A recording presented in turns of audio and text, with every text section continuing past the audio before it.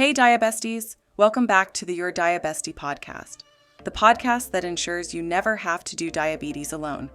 We talk about the emotional parts of diabetes and talk food, nutrition, and living well with diabetes.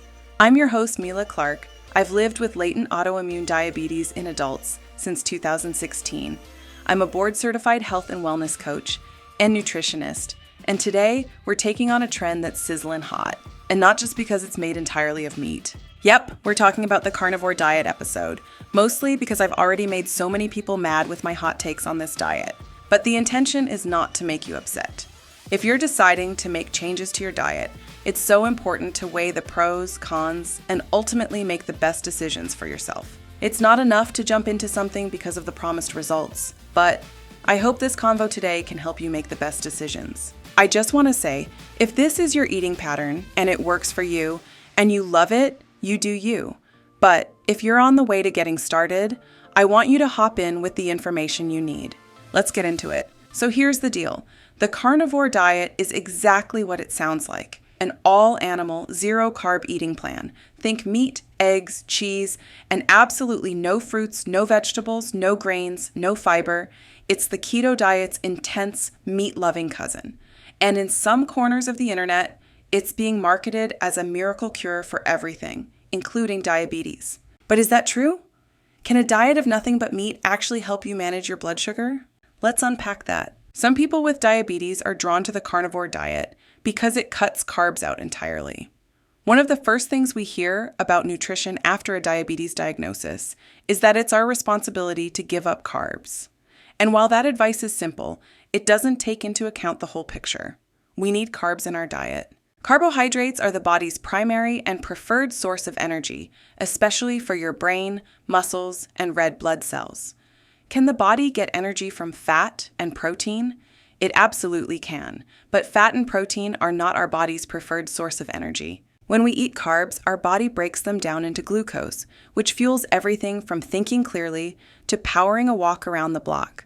Beyond energy, carbs from whole food sources, like fruits, vegetables, legumes, and whole grains, come packaged with fiber, antioxidants, and essential nutrients that support digestion, hormone regulation, and blood sugar stability. Cutting carbs entirely might lower your glucose temporarily, but in the long run, we need them for balance, vitality, and metabolic health. It's not about avoiding carbs, it's about choosing the right ones and pairing them wisely. And as we know, fewer carbs often mean fewer blood sugar spikes. In fact, there was a 2021 survey of folks on the carnivore diet that showed some people reported lower A1C and were able to reduce or even eliminate their diabetes meds. Sounds promising, right? Well, here's the thing. That study was self-reported.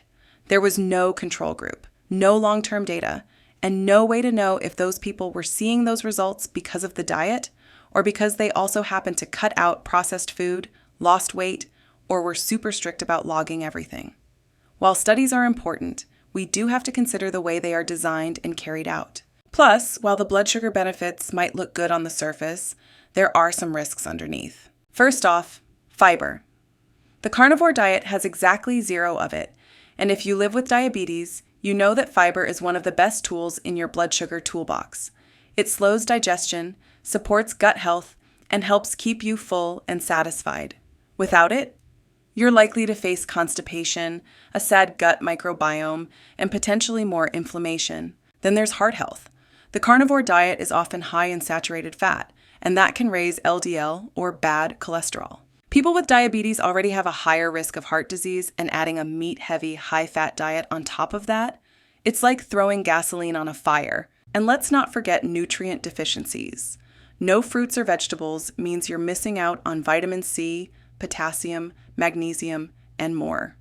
Nutrition experts recommend variety in the diet because you need both fat and water to absorb vitamins and minerals.